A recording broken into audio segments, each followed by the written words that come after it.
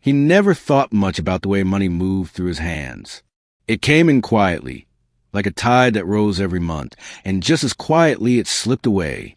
Paychecks arrived, bills disappeared, and the rest scattered across small pleasures, coffee, rides, takeout, a new gadget that promised efficiency but delivered clutter. At the end of each month, there was always that familiar thought. Where did it all go? Most people live this way. They work, they earn, they spend, they repeat. Yet somewhere between survival and satisfaction, they lose track of direction. Money isn't just currency. It's a reflection of choices, values, and the quiet story of one's life. The way a person spends the way they live, impulsively or intentionally, carelessly or consciously. The truth is, budgeting doesn't begin with numbers. It begins with awareness. And awareness is uncomfortable. It asks a person to pause, to confront habits, to admit that maybe it's not the paycheck that's small, but the discipline that's weak. He used to think budgeting was only for those struggling, people barely making it, people with debt. But in time, he realized that the richest people he knew budgeted more strictly than anyone else. Because budgeting isn't about poverty. It's about power. The power to decide rather than drift. The power to plan rather than hope. The mentor who taught him this never raised his voice. He spoke calmly, as if explaining something simple. Most people, he said, don't plan to fail. They just fail to plan. And money, it rewards clarity. That sentence lingered. Because clarity doesn't come from earning more. It comes from knowing what enough looks like. There's a strange pride people carry when they say, I don't like budgets. They call it freedom. But what they really mean is avoidance. Freedom isn't the absence of limits. It's the presence of self-control. He learned that slowly. The first time he wrote down every expense, he felt exposed. Every small indulgence stared back at him from the page like a confession. But there was something powerful about that honesty. For the first time, his money had a shape. His life had a mirror. Most people fear budgeting because they think it takes joy away. In reality, it takes anxiety away. It replaces uncertainty with structure. It turns guilt into intention. Imagine two kinds of mornings. In the first, a man wakes up already stressed, his phone buzzing with payment reminders and overdue balances. In the second, another man wakes up knowing every dollar in his account has a destination. Rent, food, savings, joy. Same income, different control. The difference isn't luck. It's planning. Budgeting is emotional work disguised as math.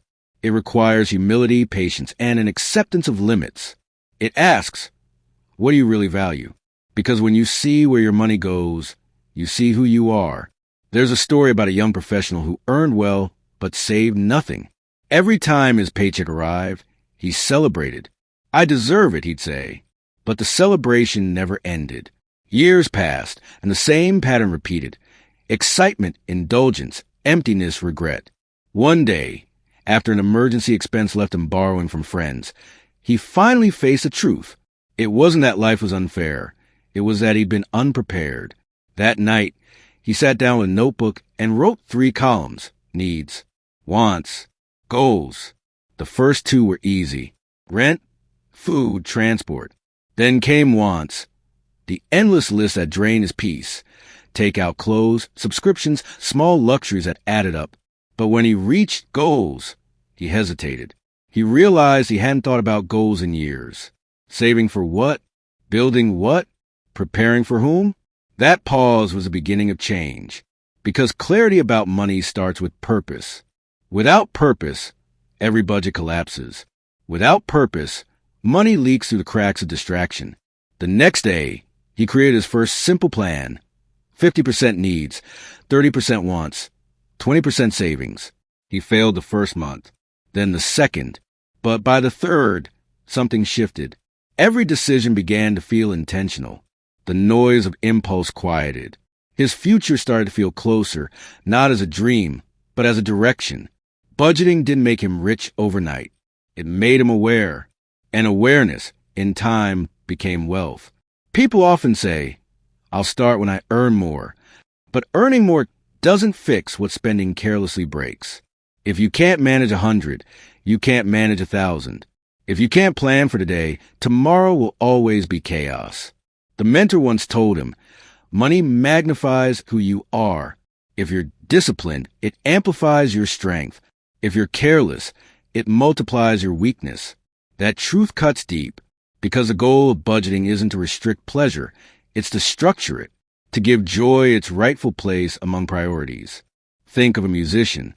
Before he plays, he tunes his instrument. The strings must be aligned, the rhythm balanced. Only then does music emerge. Budgeting is no different. It's the tuning of one's financial life. Without it, even success sounds like noise. There's also something spiritual about budgeting. It teaches patience in a world of urgency. It rewards consistency more than brilliance. It reminds us that slow progress is still progress. When he first began budgeting seriously, he noticed how his mindset changed. Spending money stopped feeling like relief. Saving began feeling like strength. There was pride in restraint, not the pride of arrogance, but of self-mastery. Every time he said no to something unnecessary, he was saying yes to something greater, his future, his peace, his control. Discipline has a quiet beauty. It's not glamorous. No one applauds you for skipping a purchase or tracking expenses. But the real victories in life are often silent, the ones that build foundations rather than attention. And one day, when emergencies come, and they always do, discipline speaks louder than panic. The savings account that once looked small suddenly feels like safety. The plan that once felt tedious now feels like power. In the stillness of reflection, he began to notice how budgeting wasn't just changing his finances. It was changing him. He started waking up with intention. When he spent, it was with clarity. When he saved, it was with purpose. Even his relationships changed. Conversations about money became honest, not defensive.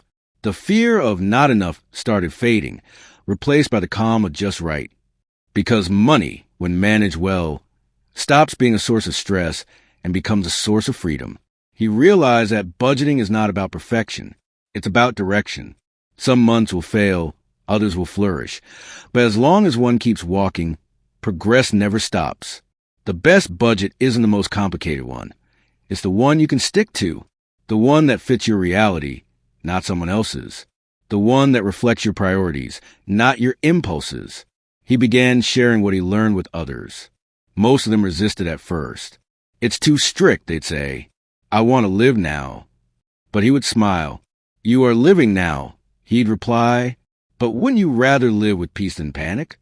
They look at him differently then, realizing budgeting wasn't about cutting joy. It was about protecting it. Because joy that comes with debt is just temporary escape. True joy is built on stability. And stability, like most meaningful things, grows slowly. Budgeting, when done right, doesn't limit you. It liberates you. It gives you permission to enjoy without guilt, to rest without worry, to dream without fear of collapse. That's what freedom feels like, not the rush of buying something new, but the calm of knowing you're prepared for whatever comes next. One evening, as he reviewed his accounts, something unexpected happened. The numbers weren't large, but they told a story, a steady increase in savings, a decrease in unnecessary expenses, a sense of balance. He smiled. Not because he had everything, but because he finally understood what enough meant. Enough wasn't a number. It was a feeling of control, gratitude, and quiet satisfaction. The mentor's words returned once more. Budgeting isn't a cage, it's a compass. And for the first time, he knew exactly where he was headed. Every great change begins with awareness. Every strong foundation begins with discipline. And every life that feels peaceful begins with clarity. Budgeting isn't about denying yourself today. It's about freeing yourself tomorrow. Because wealth isn't built by chance. It's built by choice. By small, consistent, intentional choices that compound into a life of control and calm. So, wherever someone stands today, whether in debt, confusion, or doubt, the first step is the same: awareness. Look closely at where your money goes, and you'll find where your life is headed. Change starts not with income, but with intention. And that's where this story truly begins. He used to think the problem was income. If only he earned more, things would finally make sense. The bills wouldn't feel so heavy. the choices wouldn't feel so tight, and maybe, just maybe, the constant worry would disappear. But with every raise came a new expense, and every promotion brought a new lifestyle. The gap between peace and panic never seemed to close. That's when he began to understand. The problem wasn't how much came in, but how it flowed out. Most people don't realize they're caught in a quiet, invisible cycle. Earn, spend, repeat. Their paychecks don't pass through their hands. They vanish through automation, routine, and emotion. The rent collects itself. The subscriptions renew. The impulses justify themselves. And by the time the month ends, they're right back where they started, tired, confused, and a little ashamed. The tragedy isn't in the lack of money. It's in the lack of awareness. Budgeting matters because it forces awareness, a clear, honest look at how money moves. It transforms vague stress into visible truth. And truth, even when uncomfortable, is a beginning of control. He once heard a saying that stayed with him. You can't manage what you don't measure. It's simple but powerful. Most people treat money emotionally, not logically. They buy to feel good, to feel seen, to feel in control. But the feeling fades and the emptiness returns. Budgeting is the opposite of that. It replaces emotion with evidence. It takes what feels chaotic and turns it into something you can understand. When you write down your expenses, you see the truth of your habits, where your impulses hide, where your priorities lie, and where your peace is leaking. That's why budgeting matters. Because without it, you drift. And when you drift financially, you drift emotionally too. You start blaming the economy, your job, the timing of life, anything but your own patterns. But the day you begin tracking, even imperfectly, is the day you begin leading. He remembered the first time he tracked his spending. The number surprised him, not because of one big purchase, but because of the small, daily ones. The things that felt insignificant, coffee, snacks, rides, random apps, had quietly become the thieves of his peace. It's rarely the large decisions that break your finances. It's the daily habits, the unconscious ones, that drain you silently. Budgeting reveals those patterns. It says, this is what you truly value, whether you admit it or not, because what you spend on repeatedly is what you prioritize, even if unintentionally. For many, that realization hurts. But pain is powerful when it teaches. The mentor used to say, money tells the truth we avoid. Budgeting makes us listen. Modern life has made spending effortless. One tap, one click, one auto-renew. The world is designed to separate you from your money as quickly as possible. You don't even feel it leaving, because friction has been removed. Budgeting puts the friction back. It reintroduces thought before action. It forces questions like, do I need this? Can I wait? What's the trade-off? And those questions, small as they seem, change everything. Because once you start asking them, you stop being a consumer and start becoming a creator of plans, of stability, of peace. The world won't slow down. Advertising will only get smarter. Temptation will only get easier. But discipline, that's timeless. It's not about resistance for the sake of denial. It's about redirection for the sake of purpose. There's also pride in the illusion of control. Many people believe they already have a system. They keep a number in their head. They roughly know their limits. They feel when they've spent too much. But feeling isn't knowing, and guessing isn't planning. He once met a friend who said, I don't need a budget. I just use common sense.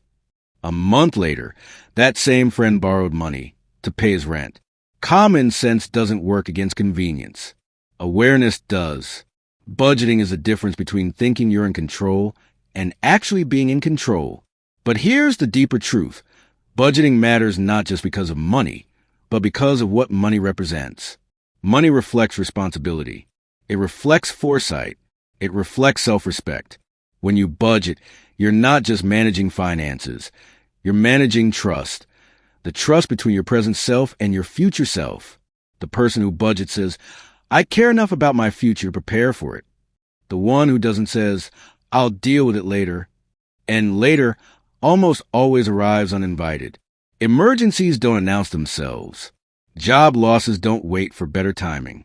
Life doesn't slow down to let you prepare. Budgeting is how you build that safety net before the fall. It's not about predicting everything. It's about preparing for anything. He used to think of saving as sacrifice. Now, he sees it as strategy. Every dollar saved is a vote for stability. Every planned expense is an act of intention. And over time, those intentions compound, not just in the bank, but in the mind. The person who budgets differently starts to think differently. They pause before reacting. They plan before panicking. This mental shift is the real power of budgeting. It changes the way you make decisions, not just financially, but in every part of life. Because budgeting isn't really about money, it's about clarity. He began noticing patterns in others too. The colleague who upgraded his phone every year but complained about rent. The couple who traveled often but had no emergency fund. The friend who always said, "I deserve it," right before regretting it. The problem wasn't greed, it was confusion. Most people are stuck in a loop of trying to feel rich rather than be stable. They mistake temporary comfort for long-term peace. But the one who learns to delay gratification discovers something profound. Patience creates freedom. Every no today builds a stronger yes tomorrow. That's why budgeting matters. It teaches delayed gratification in a world addicted to instant relief. There's another reason people avoid budgeting. It exposes priorities. You can't say family comes first if your spending says otherwise. You can't say, "I'm serious about growth," while investing nothing in learning. Budgeting confronts the difference between what we say and what we do. And that confrontation is uncomfortable, but necessary. Because peace only comes when your values and your actions align. The moment your money starts serving your principles instead of your impulses, your life begins to change. He often thought about the word enough.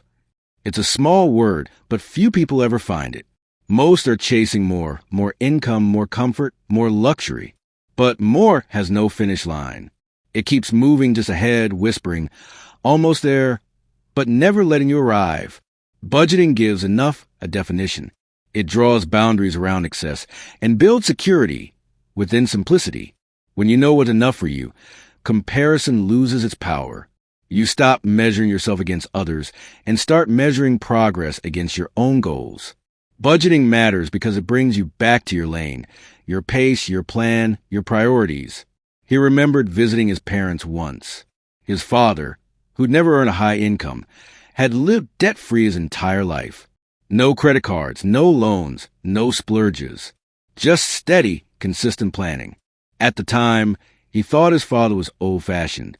But later, he realized his father wasn't limited. He was free. He didn't owe anyone. He didn't fear emergencies. He didn't chase status. Budgeting, his father once said, isn't about restriction. It's about respect.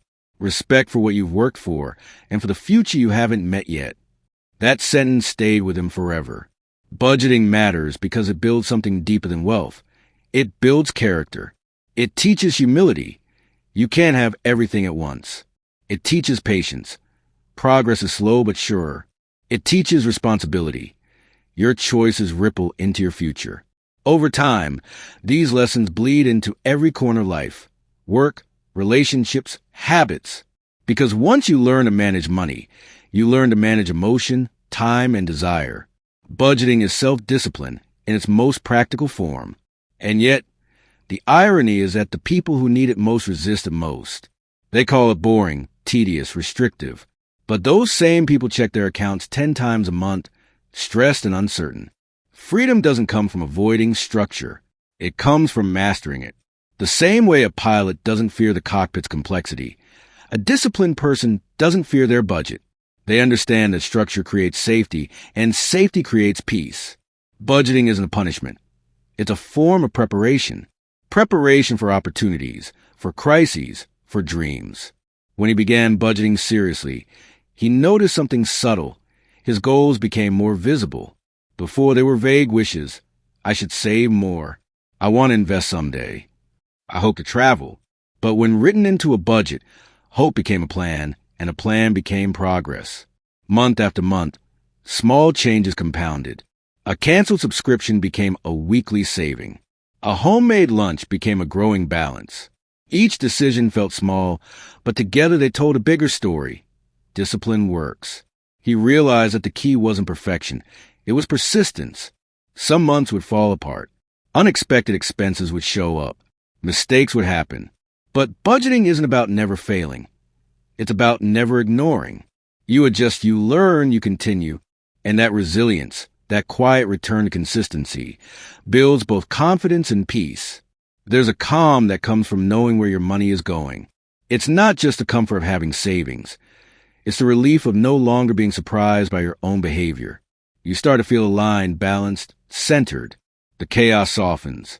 Budgeting becomes less about numbers and more about rhythm, a monthly ritual of reflection, like checking your compass before another journey. Each time you review your budget, you ask yourself the same question. Am I still moving toward what matters? And if the answer is yes, even by an inch, that's success. In time, he discovered something unexpected. Budgeting brought gratitude. When he knew where every dollar went, he stopped taking money for granted. He appreciated his meals, his home, his simple joys. Spending became intentional, and because of that, joy deepened. He didn't need extravagance anymore. He needed purpose. That's what budgeting gives, not wealth, but worth. The sense that your choices align with your values, that your life isn't being wasted on impulses, that your effort is shaping something meaningful. Budgeting matters because it reconnects you to your effort. It turns your hard work into lasting peace rather than fleeting pleasure. One evening, while reflecting on his journey, he realized something profound. The opposite of budgeting isn't freedom. It's confusion. Confusion about where your money goes. Confusion about where your life is headed. But once you budget, confusion fades and clarity begins. Budgeting isn't about being rich. It's about being ready. Ready for life storms. Ready for opportunity. Ready for peace. And that readiness, quiet, invisible, and powerful, is the foundation of every successful life. Budgeting matters because it's more than a spreadsheet. It's a mindset. It's an act of courage to face your reality and shape it. It's a daily decision to trade impulse for intention, confusion for clarity, and chaos for calm. And somewhere along that journey, you realize money never controlled you. You just hadn't learned how to lead it. He had always assumed that money was logical. Numbers, balances, simple math. How hard could it be? But life had a way of proving him wrong. Every time he tried to stick to a plan, impulses whispered in his ear. Every time he earned a little, urges pulled him away from stability. Slowly, he realized that money was never just about money. It was about desire, fear, identity, and emotion. Most people think their spending is rational.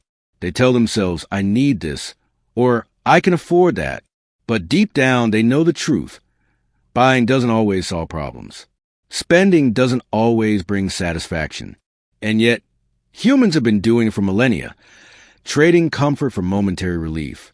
It's a behavior rooted in psychology, not logic. He remembered observing his friends, colleagues, and even family members. Some would spend impulsively on gadgets, clothes, or dinners out. Others would hoard every penny in fear of scarcity. And a few would swing between the two extremes. Indulgence followed by regret, panic followed by temporary relief. The patterns were endless, predictable, and revealing. Money is a mirror. It reflects who a person is, what they value, and where they are emotionally. The man who constantly spends to impress others is seeking validation. The person who refuses to spend it all may be clinging to fear or past experiences. The key to understanding one's financial life is understanding one's mind. Every purchase tells a story. Sometimes it's a story of reward, a small celebration of effort, a token of achievement. Other times, it's a story of avoidance, buying to distract, to numb, or to escape. Few people stop to ask themselves why they make these choices. Fewer still look beyond the immediate gratification to see the long-term consequences. The mentor had once said, most people don't control money. They're controlled by it, by their feelings about it. That statement, simple as it was, carried the weight of a lifetime of observation. Emotional spending is invisible. It hides behind convenience, habit, or even culture. Yet it dictates far more than any spreadsheet could reveal. He thought of impulsive purchases, the coffee bought on a whim, the app subscribed to without thought, the unnecessary gadget that promised efficiency but delivered clutter. Each one was tiny on its own, but together they formed a river that carried money away before it could be saved or invested. The river was driven by emotion, desire, boredom, the need for acceptance, the illusion of comfort. Beneath every unplanned purchase lies a trigger. Triggers are subtle. They arrive in the form of advertisements, social media posts, peer pressure, or even internal dialogue. They make a person feel incomplete, restless, or inadequate. And in that moment, spending feels like relief. It feels like control. But it is only temporary. He recalled the psychology of scarcity. People often spend in fear, not because they have plenty, but because they imagine not having enough tomorrow. That fear drives impulsive decisions. It turns necessity into indulgence, and indulgence into regret. The cycle is relentless. Then there is the pleasure principle. The brain is wired to seek immediate reward. Dopamine spikes with every small acquisition. It's addictive, invisible, and profoundly human. Every discount, every limited time offer, every gift card is designed to trigger that response. The modern world amplifies this wiring, making self-discipline feel unnatural. Yet, discipline is exactly what is required. Discipline is not denial, it is awareness. The person who learns to pause before spending rewires the brain, replacing automatic gratification with intentional choice. The first step is noticing the emotions behind each decision: boredom, anxiety, insecurity, desire, and asking, do I truly need this, or am I chasing a feeling? He remembered the friend who would buy expensive sneakers whenever work stress peaked. The shoes brought temporary relief, but once home, the relief faded, leaving guilt behind. Another colleague would indulge in lavish dinners to fill loneliness. Each pattern revealed a mind searching for something money could not permanently provide. Understanding these patterns is crucial. Without understanding, budgeting is mechanical, like filling bottles without knowing what they contain. With understanding, budgeting becomes transformative. It is not about restricting. It is about redirecting. Every dollar becomes a conscious choice aligned with goals, not emotions. The mentor explained that people fall into 3 categories psychologically: spenders, savers, and avoiders. Spenders seek immediate reward. Savers seek security. Avoiders deny awareness, neither saving nor spending consciously. Each has its risks. The spender risks chaos. The saver risks missing life's joys. The avoider risks being unprepared for anything. Awareness, he said, is the key to balance. Impulse control is a skill. And like any skill, it requires practice. It begins with observation. Track the purchases and note the feelings. Write down the reasons. Did the purchase bring happiness or just distraction? Did it solve a problem or create another? Over time, the pattern emerges, patterns that reveal true values and priorities. Fear and desire often work in tandem. Fear of scarcity and desire for comfort push and pull simultaneously, often invisibly. Without reflection, a person is caught in the tug of war, spending when anxious, hoarding when uncertain, and rarely finding balance. Budgeting becomes a psychological tool to navigate this battlefield. The mentor often said, every financial decision is emotional. Every spreadsheet is only as good as the self-awareness behind it. Numbers are neutral. Feelings are not. The person who ignores the emotions behind spending is destined to repeat mistakes, no matter how carefully they plan. He thought about advertising, the subtle, constant bombardment of messages designed to make people feel inadequate, incomplete, or behind. A person scrolls through social media, sees someone else's new phone, new car, or vacation, and a small unconscious craving ignites. Desire masquerades as need. This is why budgeting cannot be just mechanical. It must include reflection. The first question is never, can I afford it? The first question must be, why do I want it? Some people spend to fill emptiness. They chase a feeling of status, achievement, or recognition. They believe possessions signal success, not realizing that confidence cannot be bought. Others spend to numb the stress of work, family, or loneliness. Money becomes a temporary anesthetic. These patterns are human, common, and largely invisible until reflected upon. He realized that emotional spending is not a flaw. It is a signal. It shows what a person values, fears, or lacks. When observed honestly, it becomes a guide, not a trap. It tells a person where attention is needed, which habits to change, and where discipline must be applied. The mentor described budgeting as a mirror of the soul. You will spend in alignment with your priorities, whether you recognize them or not. The first step is to become conscious. Awareness is the master key. He began experimenting. Before each purchase, he would pause. Why am I buying this? Am I hungry, bored, anxious, or genuinely in need? It was awkward at first, almost impossible in a world built for instant reward. But over weeks, he noticed something remarkable.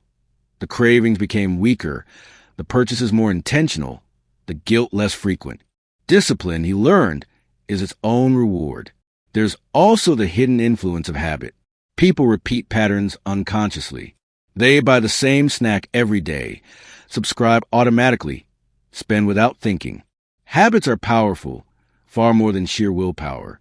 Changing them requires deliberate action, observing, reflecting, replacing, and reinforcing. Budgeting is a structure that allows this transformation. He noticed another pattern. Emotional highs and lows often dictate financial decisions. After a win at work, a person might splurge, convinced they deserve it. After a loss or setback, a person might splurge, seeking comfort. Without reflection, money becomes a lever for emotion, not a tool for life. The psychologically aware budgeter learns to pause, to notice, and to redirect impulses toward long-term goals. Another factor is comparison. Humans are wired to measure themselves against others. In the digital age, comparison is constant. Social media amplifies desire and fuels spending, often in invisible ways. The psychological battle becomes daily, minute by minute. Awareness and discipline are shields against this constant pull. Over time, he began journaling both money and emotion. Every expense included a note, why it was made, what emotion drove it, what effect it had.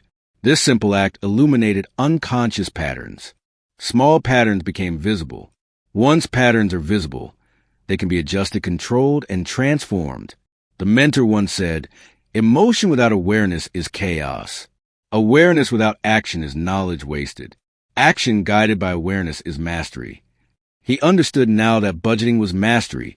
Mastery not over numbers, but over impulses, over emotion, over the self. He realized that humans often misinterpret desire as need. The urge to buy, to indulge, to distract, these are natural, but they are not commands. Budgeting is a practice of listening to the urge, understanding it, and choosing consciously. Over time, the difference between desire and necessity becomes clear. People who fail financially are rarely careless. They are reactive, responding to emotions without structure. They act, then regret. The psychologically aware budgeter flips this script. They pause, reflect, and act with intention. Spending becomes an expression of values, not impulses. Fear and temptation do not disappear, but they are understood. Once recognized, triggers lose their power. The craving for instant reward becomes just another signal. What am I really seeking? With practice, impulse weakens, reflection strengthens, and choices align with long-term goals. He learned that every small financial decision is a test of self-awareness. Each dollar spent unconsciously is a victory for emotion over logic. Each dollar spent intentionally is a victory for awareness and mastery. Over time, the victories compound, transforming not just finances but mindset, habits, and life itself. By the end, he realized budgeting is psychology in practice. Numbers are secondary. Discipline is cultivated not by fear or rules, but by understanding oneself. Desires, triggers, emotions, and patterns. Money becomes a tool, not a master. Life becomes intentional, not chaotic. And in that awareness, he found freedom. Not the fleeting pleasure of impulsive spending, but the steady, enduring calm of knowing that every choice supports purpose, every expense reflects values, and every decision is guided by clarity rather than compulsion. He often sat quietly, watching people move through life, and noticed a pattern. Money was never just a tool. It was a reflection of values, choices, and character. The people who worried endlessly about wealth were not necessarily poor, and those who lived comfortably were not always rich. What differentiated them was intention, understanding, and discipline. Money exposed what the heart and mind already carried. In his early years, he chased illusions. He thought wealth meant freedom, Spending meant satisfaction, and indulgence equal happiness. But every time he acquired something, the euphoria was fleeting. Within days, he felt the same restlessness, the same emptiness, the same subtle anxiety. He began to understand that money, without reflection, was a mirror of desire, not a foundation of peace. The mentor had once said, "Money is like water. It takes the shape of the container. If your habits are chaotic, your wealth will be chaotic. If your habits are disciplined, even a little will suffice." Those words lingered, not because they were novel, but because they were true. Discipline and clarity were far more powerful than the raw number in a bank account. He began seeing the world differently.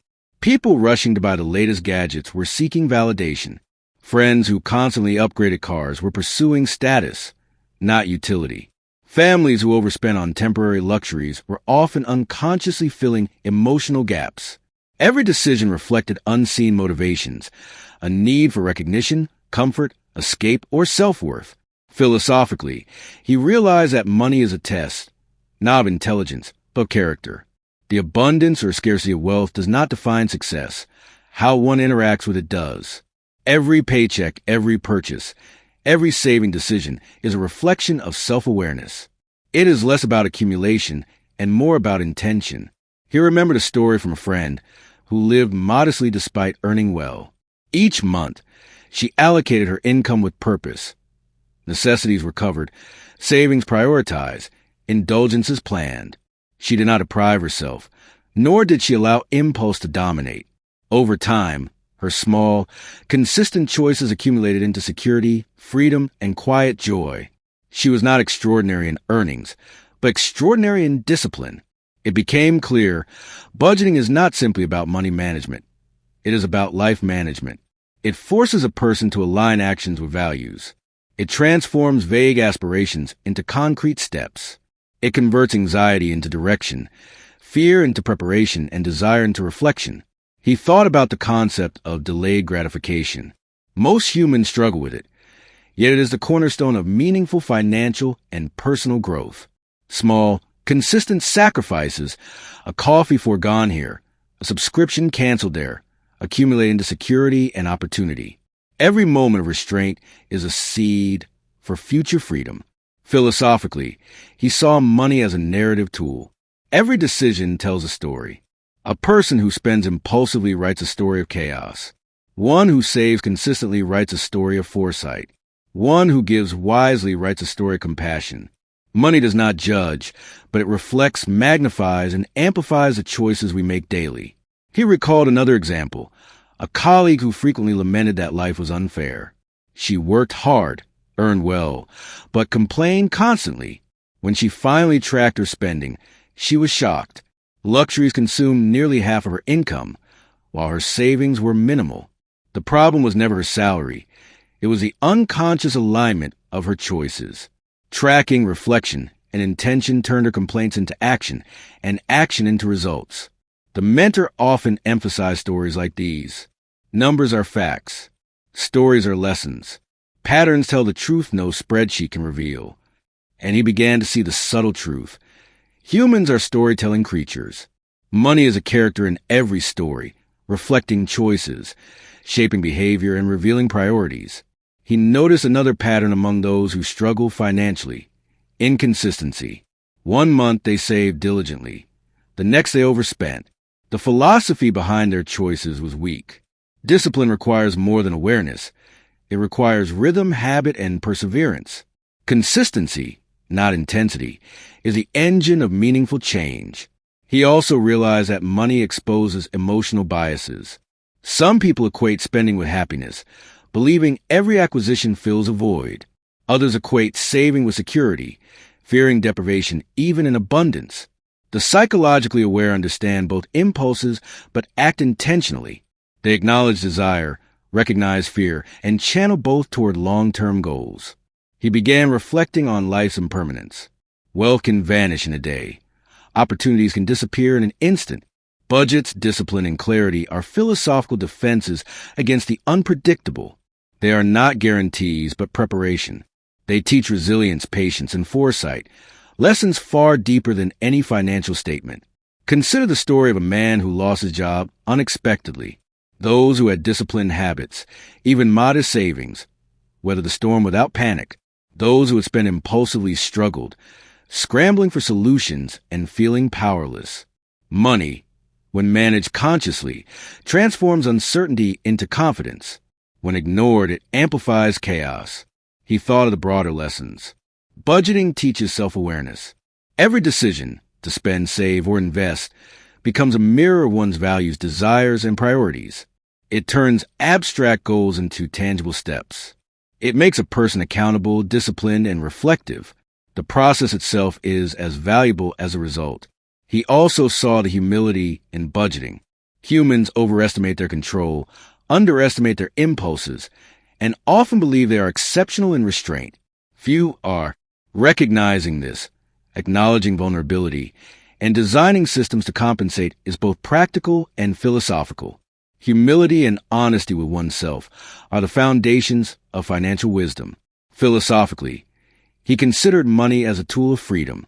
It can enslave or liberate, depending on mastery. Those who chase it blindly are enslaved to desire, comparison, and fear. Those who align it with purpose gain freedom, not just in spending, but in life. The choices become deliberate. The mind becomes calm. The future becomes navigable. He remembered an older mentor who had lived simply but wisely. Wealth is not the amount you hold. Wealth is the clarity and choice it affords. Those words crystallized in his mind. Money, he realized, was an amplifier of character, not a measure of it. Discipline amplifies, chaos diminishes. He began observing everyday examples. A couple meticulously planning their monthly budget lived in harmony, confident in their choices. Another family, spending haphazardly, often argued over money. The difference was not income, but intention. Budgeting is philosophy in practice, a reflection of the mind's order, patience, and foresight. Stories from his own life reinforced these lessons. He recalled moments of impulse and regret, of buying out of boredom or fear. He saw patterns in friends, colleagues, and strangers alike. Money does not discriminate. It only mirrors behavior. Learning to read the mirror is the first step toward mastery. He realized that each dollar carries weight. It represents effort, opportunity, and choice. Spend unconsciously, and it disappears without meaning. Spend intentionally, and it becomes a tool of alignment, security, and progress. This insight, simple yet profound, became a guiding principle. Philosophically, he understood that freedom is not the absence of constraint, but the presence of control. Budgeting constrains nothing it respects. Instead, it liberates thought, stabilizes emotion, and aligns actions. The practice is both practical and moral. It honors effort, rewards discipline, and prepares for uncertainty. He began integrating lessons into daily life. Small reflections before purchases, awareness of impulses, journaling emotional triggers, and tracking habits became rituals. Over time, the rituals built resilience. The seemingly mundane act of budgeting became a meditation, a practice of self-mastery. The most striking realization was this: wealth is secondary. The real gain is mental clarity, emotional stability, and the power to choose.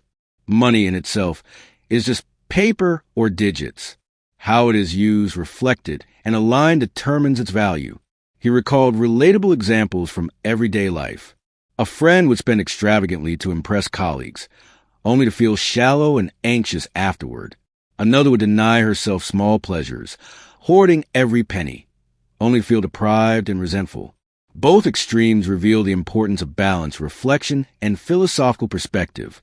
He began to view every financial choice as a story of life itself. Each decision carried lessons: patience, discipline, reflection, humility, and foresight.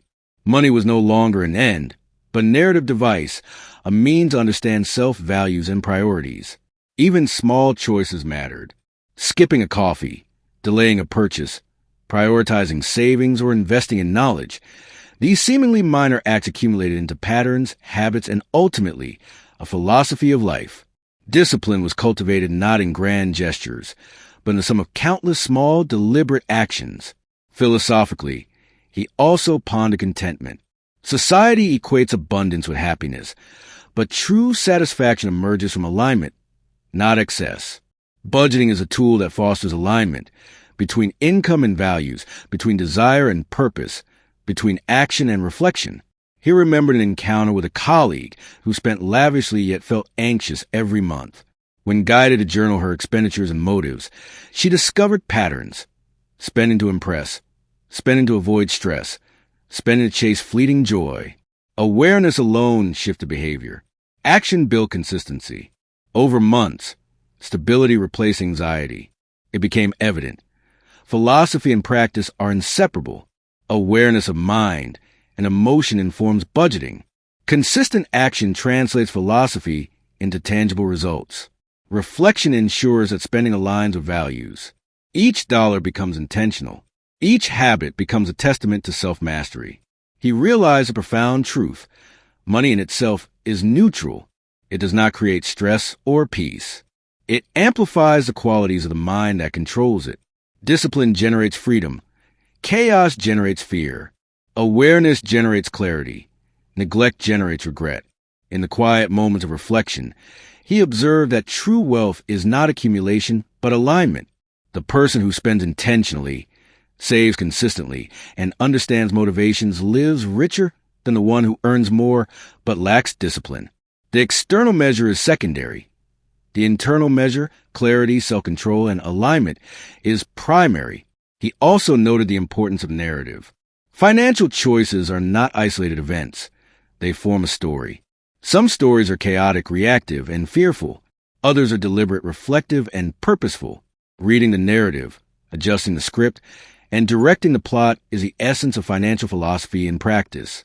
And in that practice, he found calm, not the exhilaration of impulsive purchase, nor the fleeting pride of accumulation, but the quiet certainty that choices were aligned, values honored, and future secured.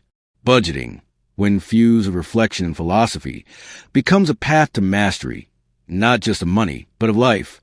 He had learned much about money, the psychology, the philosophy, the emotions that tug at the heart and mind. Yet knowledge alone was insufficient. Awareness without action is like a ship anchored in calm waters, safe but stagnant.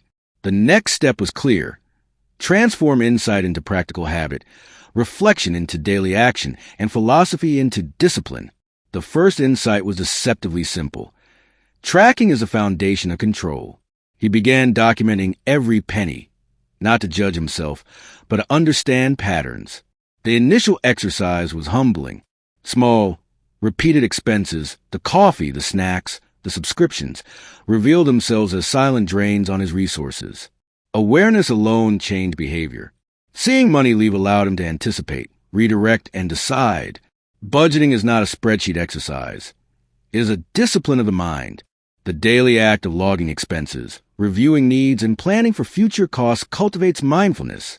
Each transaction becomes a deliberate choice rather than an unconscious habit. The person who budgets in this way is training not just finances, but character. He established a simple rule. Every expense must serve a purpose. Necessity, growth, or measured enjoyment. Anything else was deferred. This mental filter transformed decision-making. Impulse weakened, reflection strengthened, and over time, what felt like restriction became freedom.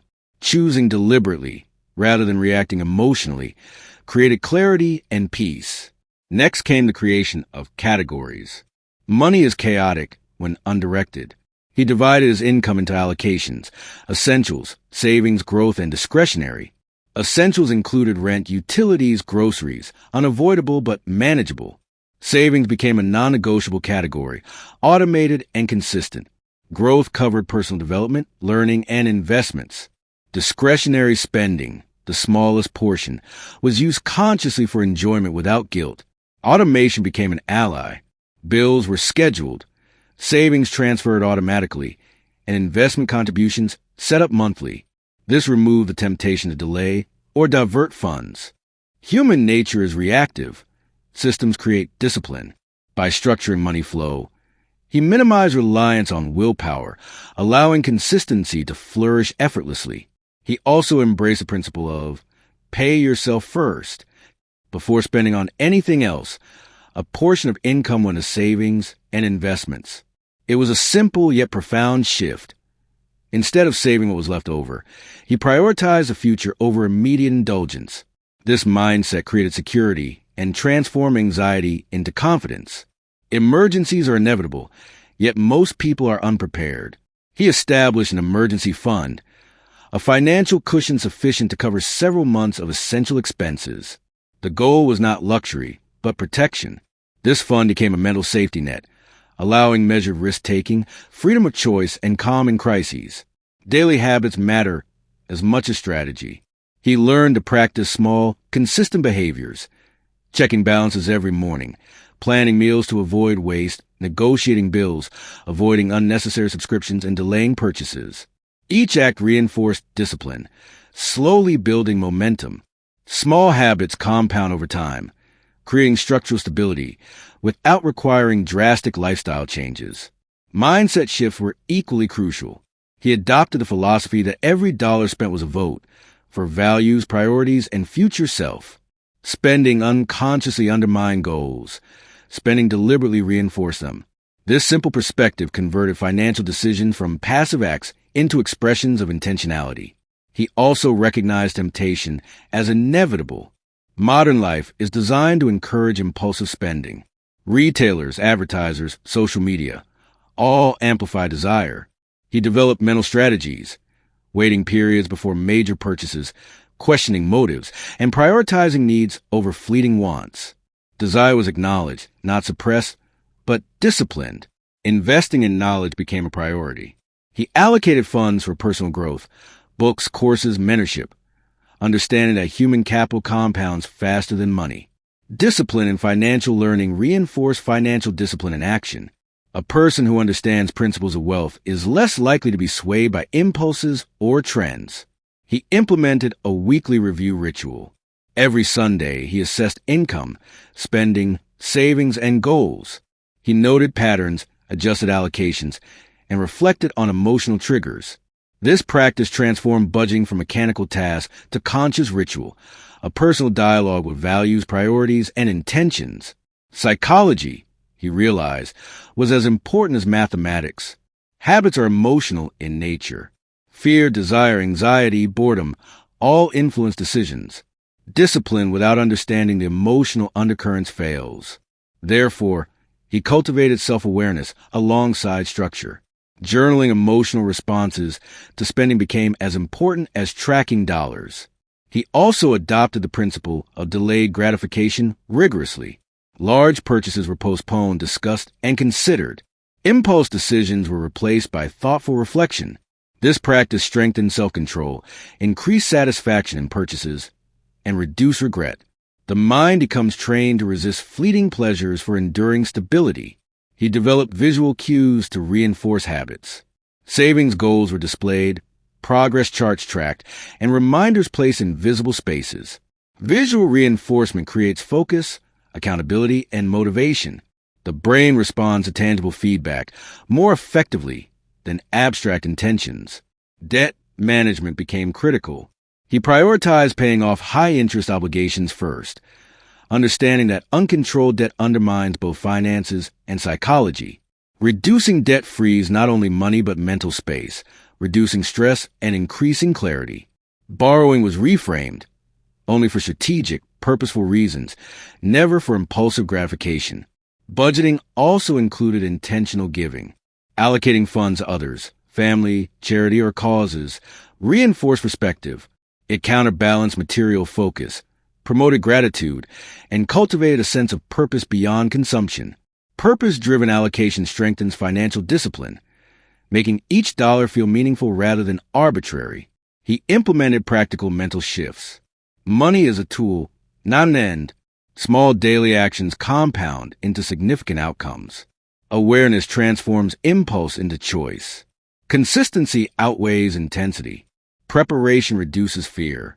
Delayed gratification strengthens freedom. Each principle is reinforced daily through habit, reflection, and accountability. Mastery was gradual, but inevitable. He also learned to simplify. Complexity invites error and stress. Simplified accounts, clear categories, automatic transfers, and minimalistic goals reduce friction. Simplicity allowed focus on meaningful decisions rather than mechanical management. The fewer decisions wasted on minor details, the more energy remained for intentional action. Mindset became a compass. Discipline is rarely enjoyable initially, but the long-term satisfaction outweighs short-term comfort. He reframed restriction as choice, sacrifice as strategy, and budgeting as empowerment. Each conscious decision reinforced identity, disciplined, intentional, and aligned with long-term goals. He reflected on realistic expectations. Life is unpredictable. Income fluctuates. Expenses arise unexpectedly. Discipline does not mean perfection, but resilience. Budgeting is adaptive. Systems must be flexible, habits must adjust, and mindset must remain committed to long-term vision. He emphasized tracking progress visually. Graphs, charts, and journals turn abstract goals into tangible milestones. Progress becomes motivating, mistakes become learning opportunities, and success becomes measurable. Motivation thrives on visible feedback. He created rules for discretionary spending. Fun was permitted, but only within predefined limits. This removed guilt while reinforcing boundaries. Pleasure, when disciplined, becomes sustainable rather than destructive. Small, intentional indulgences satisfy desire without undermining goals. Automation, habit reflection, and discipline merge into a seamless practice. Financial control became mental clarity. The act of budgeting was no longer tedious. It became a ritual, a conversation with self, and a source of empowerment. Every dollar had intention. Every habit had purpose. Every choice reflected identity. He discovered that practical insight was inseparable from philosophy. Budgeting is not simply accounting. It is the manifestation of values into daily practice. It is the alignment of mind, emotion, and action. It converts anxiety into control, desire into choice, and complexity into clarity. The mentor's advice resonated through these practices. Structure creates freedom. Habit creates momentum. Awareness creates mastery. Each principle reinforced the other. Over months, the habits built themselves into an internal framework. Discipline became instinct. Reflection became natural. Awareness became second nature. He also noted the power of incremental improvement. Massive, sudden changes fail. Small, consistent adjustments succeed. Skipping one coffee a week, delaying one unnecessary purchase, slightly increasing savings each month. Each small action compounds. Discipline is not dramatic. It is consistent. Mastery is cumulative. He used mental exercises to reinforce control. Before each decision, he paused. Do I need this? Will it help me tomorrow? Does it align with my values? These simple questions, repeated daily, retrained the brain. Desire lost dominance. Awareness gained strength. Habits became deliberate. Decisions became purposeful. Over time, budgeting ceased to feel restrictive. It became liberating. Money no longer dictated mood, options, or peace. Control shifted from impulse to intention. Anxiety was replaced by clarity. Planning replaced panic. Choice replaced reaction. He realized finally, budgeting is both practical and philosophical. It combines systems, habits, and discipline with self-awareness, reflection, and purpose. It is a life practice as much as a financial one. Those who embrace it gain not just stability, but mastery over money, decisions, and ultimately, themselves. Budgeting is daily practice. It is simple in concept, difficult in execution, and transformative in effect. Discipline builds quietly. Awareness sharpens subtly. Action compounds relentlessly. And in the end, the person who masters these habits does not just survive. They thrive, with freedom, clarity, and purpose guiding every choice. He sat quietly, letting the lessons of months settle like soft sediment in a river. Money, desire, fear, discipline, and habit all have been explored, understood, and transformed through practice. Yet, he realized the journey was never truly about money. It was about life, character, and choice. Each dollar was a whisper, a reflection, a reminder. Each habit was a footprint on the path of self-mastery. In the stillness, he reflected on the simple truths that had emerged. Life is fleeting, time is limited, and control is an illusion until disciplined. The people who seemed free were not those with endless wealth, but those who had learned to align action with intention, desire with reflection, and habit with purpose. Money had become secondary, a tool, a reflection of inner mastery rather than the master itself. He thought about the countless moments where impulsive choices had led to regret, a late-night purchase that brought only temporary pleasure, a debt that carried anxiety long after the thrill of spending faded. The patterns had been repeated by friends, colleagues, even family, and yet he also recognized the beauty of transformation.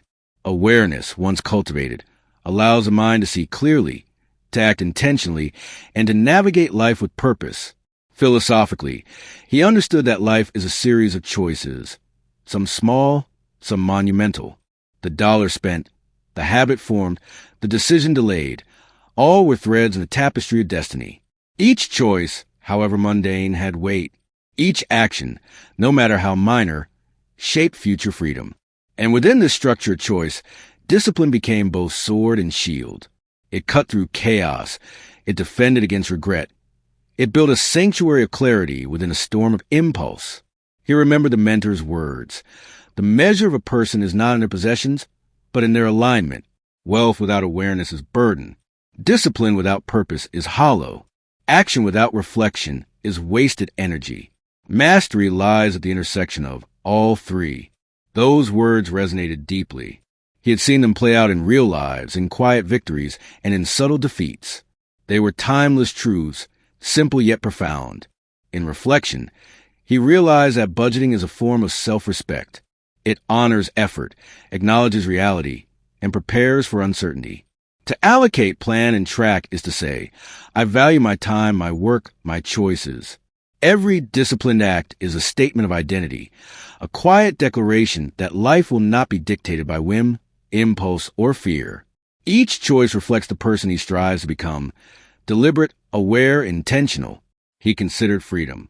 Many equate freedom with spending, indulgence, or the absence of constraints.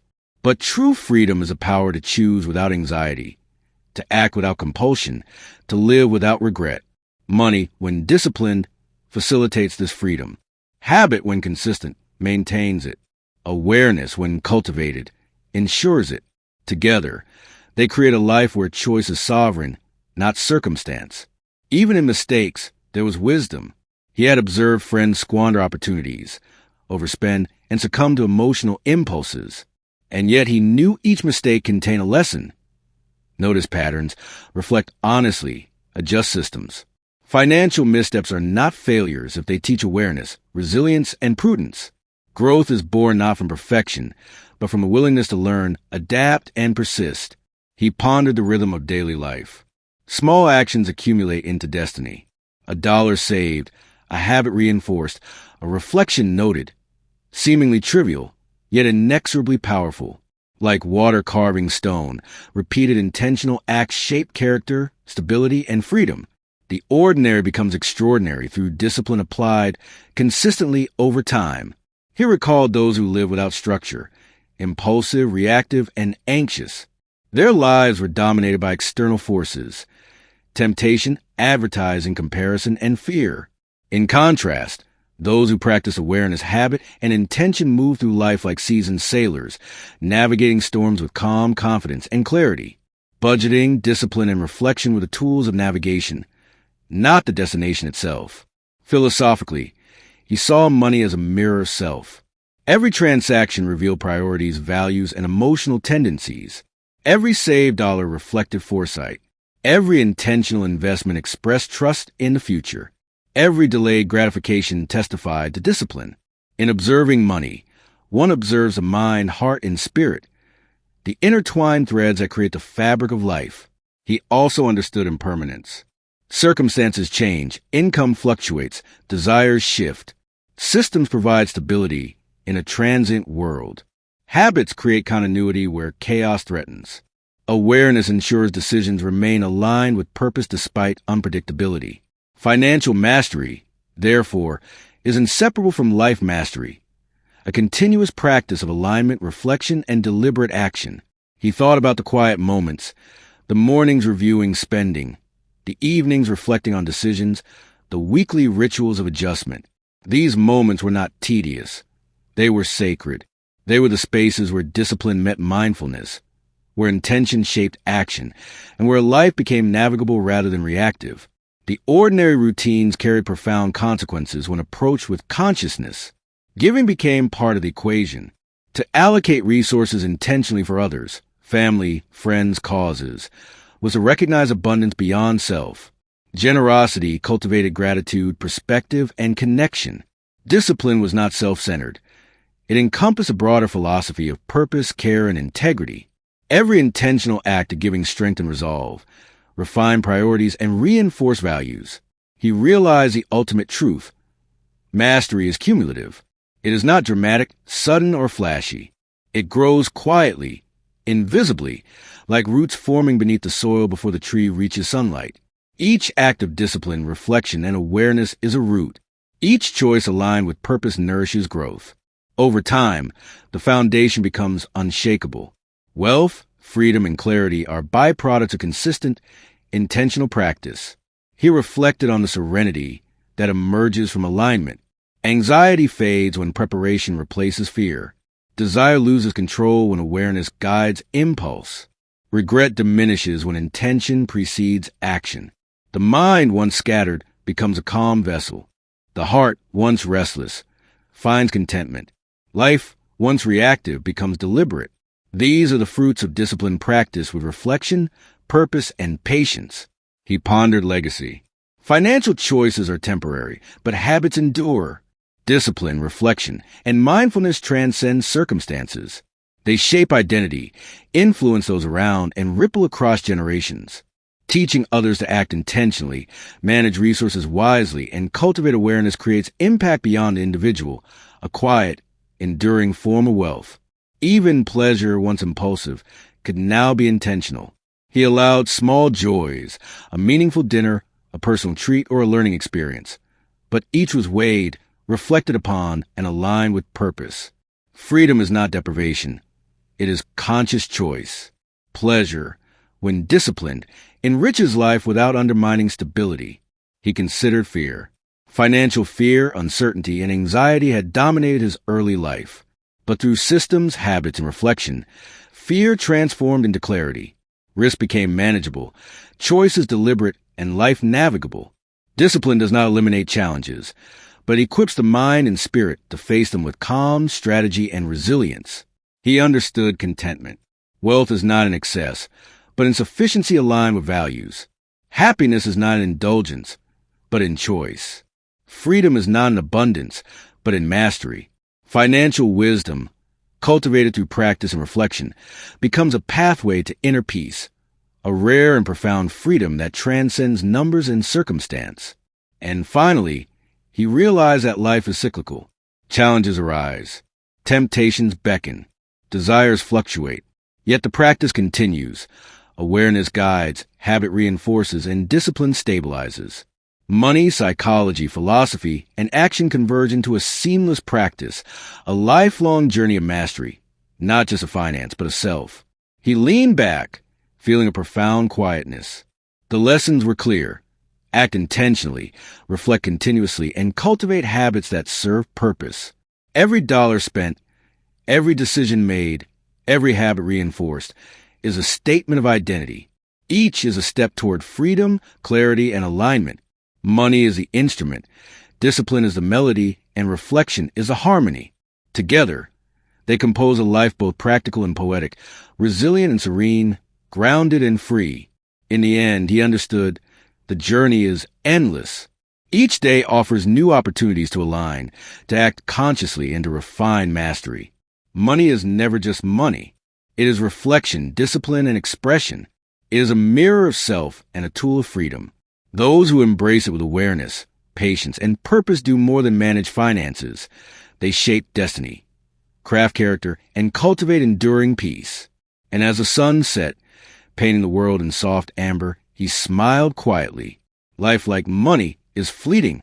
Yet, through reflection, discipline, and conscious action, one can navigate its currents, steer with purpose, and arrive at the calm shore of mastery, contentment, and freedom.